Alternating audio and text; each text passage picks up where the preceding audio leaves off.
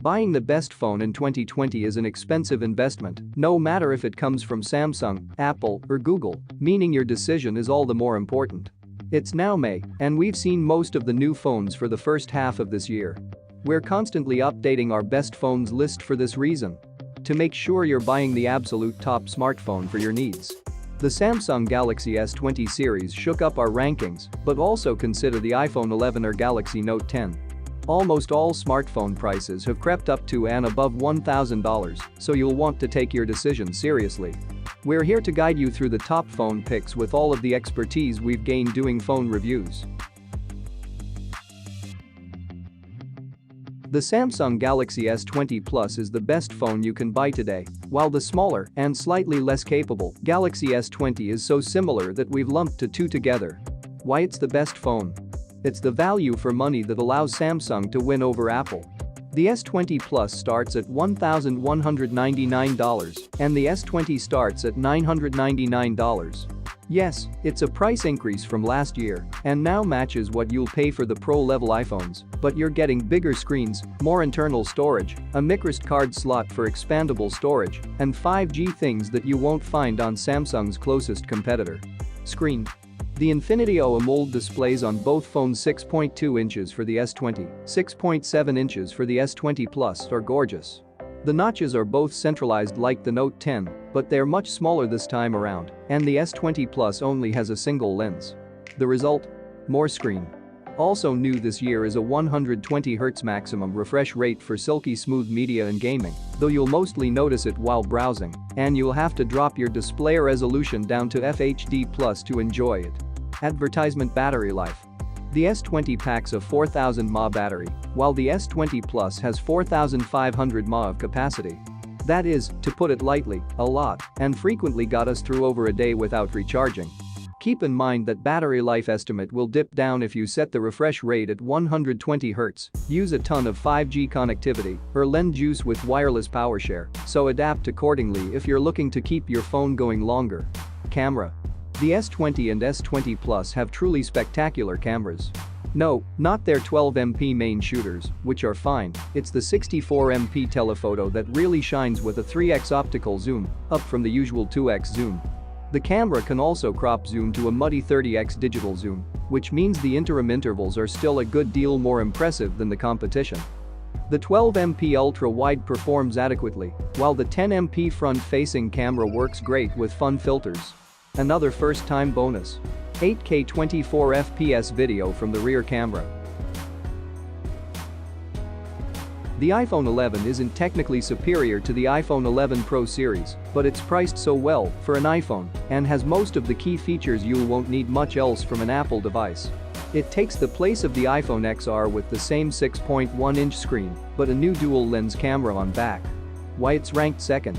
It's not as good of a value as Samsung's top-ranked handset, but the iPhone 11 is the best iPhone for most people, simply because it costs $699.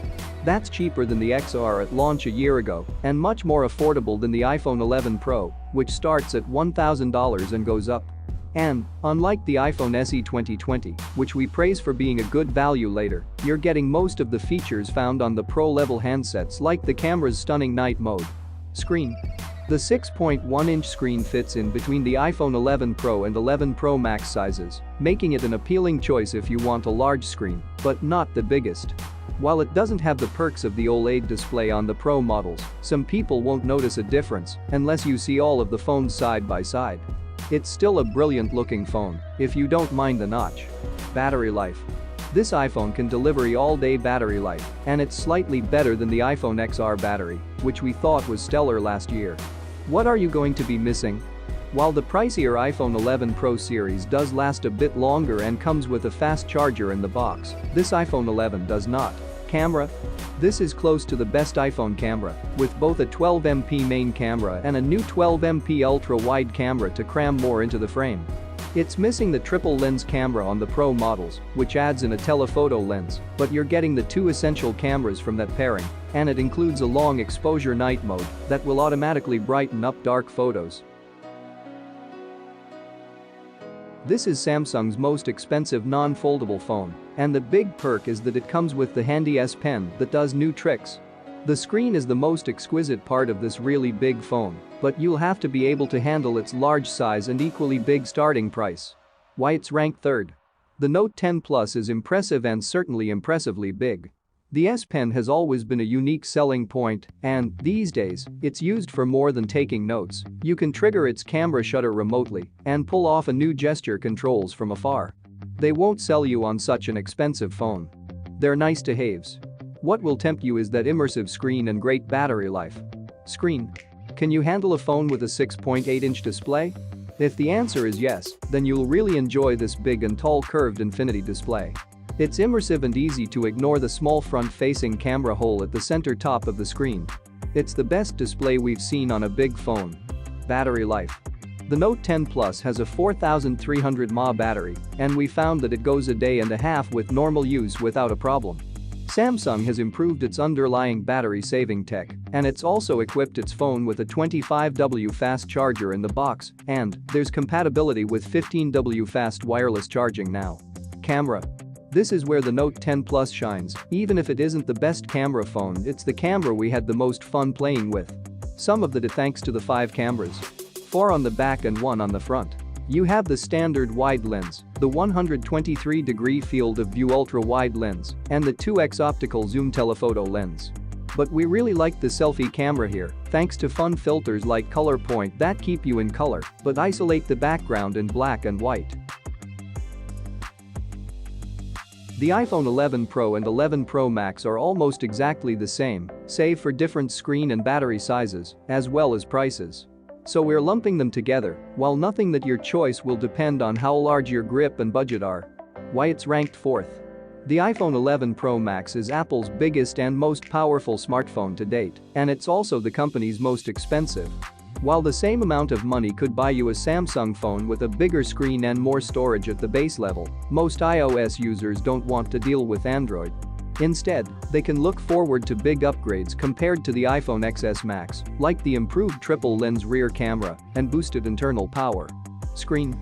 Apple's 6.5-inch OLED screen on the iPhone 11 Pro Max really grabbed our attention. It's fantastic for video streaming and gaming, even if it's set to 60Hz, while other phones are pushing 90Hz and even 120Hz refresh rates. Yes, the notch cut out at the top is still here, but we find it to be easy to ignore after a while, at least until we see the rumored iPhone 12 make the notch smaller, then we'll notice it a lot. Battery life. This is some of the best battery life we've ever experienced on an iPhone, with further optimizations within iOS and a larger cell inside the phone itself. It's still not game-changing, but it's better than other Apple handsets. Camera. The triple camera setup on the iPhone 11 Pro Max is fantastic. This is the first time Apple has implemented 3 rear cameras, and it offers a great experience. Plus, it can be fun to use. The OnePlus 8 Pro blew us away when we reviewed it, and the company is chasing Samsung and Apple on our best phones list for that very reason. While the OnePlus 8 is also an option, it's missing many of the features we like about the Pro, which we outline below.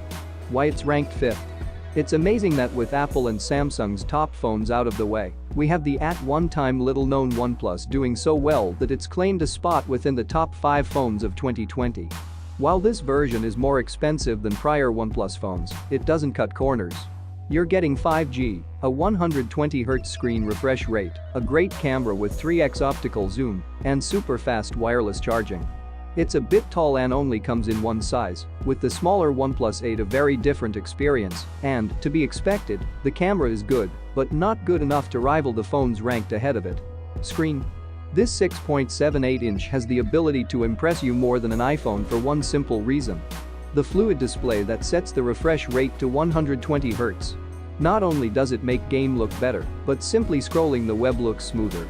You'll also find nice upscaling and HDR10+ here, though false touches along the screen edges did give us trouble at times. Battery life. If you need your phone battery to last all day long, the OnePlus 8 Pro achieves that, according to our tests.